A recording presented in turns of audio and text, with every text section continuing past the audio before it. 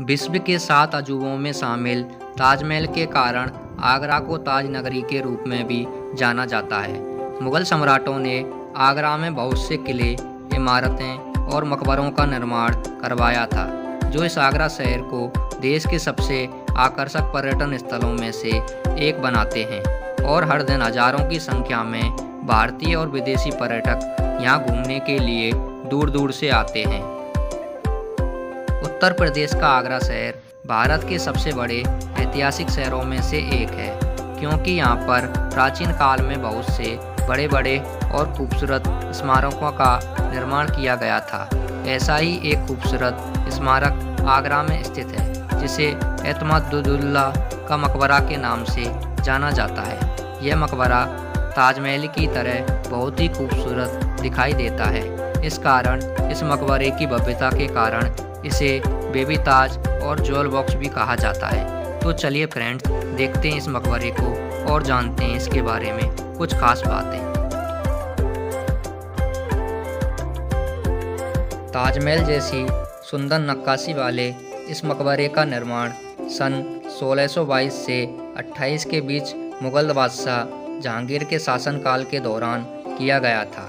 यह मकबरा मिर्जा गयास बेग और उनकी पत्नी असमत बेगम की कब्र है।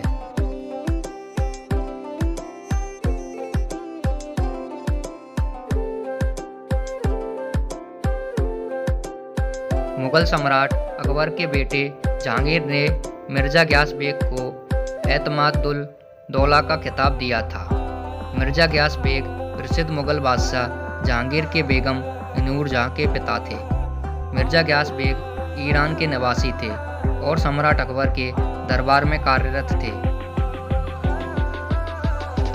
जहांगीर ने नूरजहां से निकाह करने के पश्चात उन्हें अपना वजीर बना दिया था। मिर्जा गयास बेग की पत्नी के देहांत के कुछ महीने बाद ही सन 1622 में आगरा में ही इनकी भी मृत्यु हो गई थी और उनकी याद में बेटी नूरजहां ने यह मकबरा बनवाया था। इस मकबरे की दीवारों पर बहुत ही खूबसूरत और आकर्षक कारीगरी की गई है, जैसा कि आप वीडियो में देख सकते हैं। भारत में बना यह पहला मकबरा है जिसे पूरी तरह सफ़ेद संगमरमर से निर्मित किया गया था। अपनी खूबसूरती के कारण यह मकबरा आभूषण बक्से के रूप में भी जाना जाता है। मकबरे की दीवारों पर पेड़ पौधों, जानवरों और पक्षियों के चित्रों की सुंदर नक्काशी की गई है। इस मकबरे के मुख्य हॉल के चारों तरफ के कोनों में 4 कमरे बने हुए हैं, जिनमें नूरजहां की बेटियों और उनके रिश्तेदारों की कब्रें बनी हुई हैं। यह चारों कमरे आपस में एक दूसरे से जुड़े हुए हैं। इस स्मारक के मुख्य चौकोर हॉल की छत व फर्श पर रंगीन व सुनहरे रंग की बेहद ही सुंदर कलाकारी की गई है। इस मकबरे के मध्य में एक मुख्य हॉल है, जिसमें मिर्जा गयास बेग और उनकी पत्नी असमत बेगम की सुनहरे रंग की नकली कब्रें बनी हुई हैं, जैसा कि आप वीडियो में देख सकते हैं।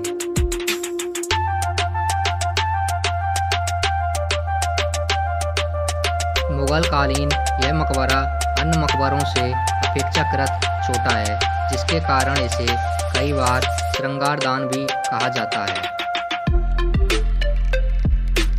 यह मकबरा NH2 पर स्थित रामबाग सर्किल से सिर्फ 2 किलोमीटर की दूरी पर स्थित है। इस मकबरे का निर्माण चार बाग नाम से मशहूर पर्शियन गार्डन के बीच में लाल पत्थरों के खंभों पर किया गया है। इस मकबरे के सामने बचे हुए खाली भाग में सुंदर फूलों की क्यारियां व बीच में घास का मैदान बना हुआ है। इस मकबरे के सामने ही एक लाल पत्थरों का गेट बना हुआ है, जिसके पास से ही यमुना नदी बहती है। यहाँ पर खड़े होकर आप यमुना नदी के खूबसूरत नज़ारे का लुत्फ उठा सकते हैं। यमुना नदी के पूर्वी किनारे पर बना यह मकबरा 23 वर्ग मीटर क्षेत्र में फैला हुआ है। यमुना नदी के हिस्से को छोड़कर स्मारक के तीनों तरफ लाल पत्थरों का परपोटा बना हुआ है। स्मारक का मुख्य द्वार पूर्व दिशा की ओर है।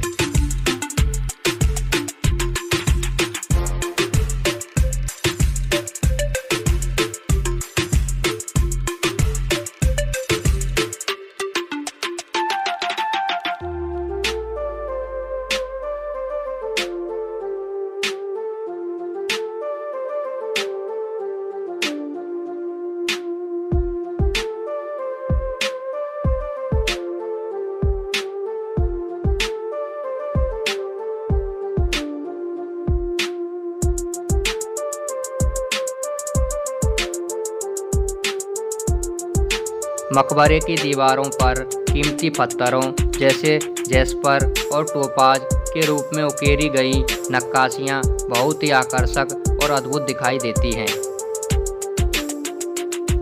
पत्थर की उठी हुई पथिकाओं के मध्य में पानी की उथली नलिकाओं ने स्मारक के बाग को एक समान 4 भागों में विभाजित किया हुआ है। लाल पत्थर की यह पथिकाएँ मुख्य मकबरे व चारों तरफ की इमारतों को आपस में जोड़ने का काम करती हैं।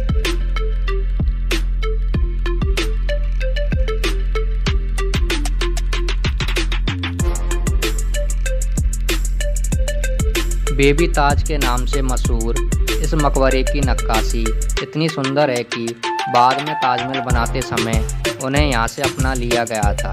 बहुत से पर्यटकों को यहाँ की कई नक्काशियाँ ताजमहल से भी ज़्यादा अच्छी लगती हैं। केंद्रीय संस्कृति मंत्रालय ने इस मकबरे को आदर्श स्मारक का दर्जा प्रदान किया हुआ है। तो फ्रेंड्स, आज के लिए बस इतना ही। उम्मीद करता हूँ वीडियो आपको अच्छा लगा होगा। तो चलिए फ्रेंड्स, मिलते हैं अगले नए वीडियो में।